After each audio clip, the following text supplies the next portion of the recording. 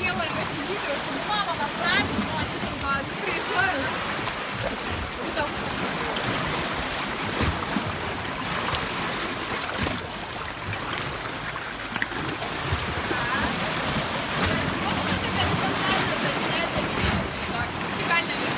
И да, это в городе.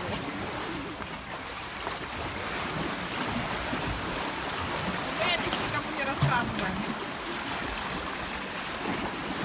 Потому что пока не рассказываешь, пока тут нет людей. Ну вот, кстати, да, у отца Андрея тоже было тайное место.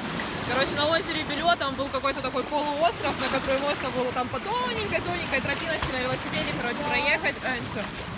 Об этом знали только вот пару человек местные, и все. И все со временем там, ну, все шире стала дорога, озеро отмечало немного.